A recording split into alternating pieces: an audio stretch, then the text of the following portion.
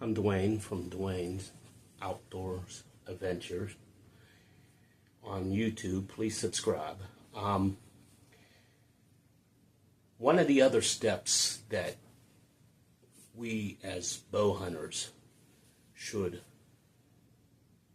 take is the step on shooting your bow. It's right around 6 to 8 weeks before the season here in PA. Starts for 2025.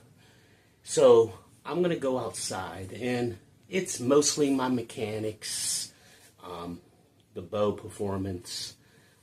So it's only like a 10 to 12 yard shooting session. So I want to make sure that everything is a go for me to go out to the 20-yard mark or the 30-yard mark that I want to hit.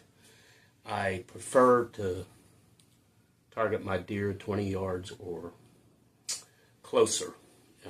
A ground hunter, so it's more challenging, but it's also more rewarding.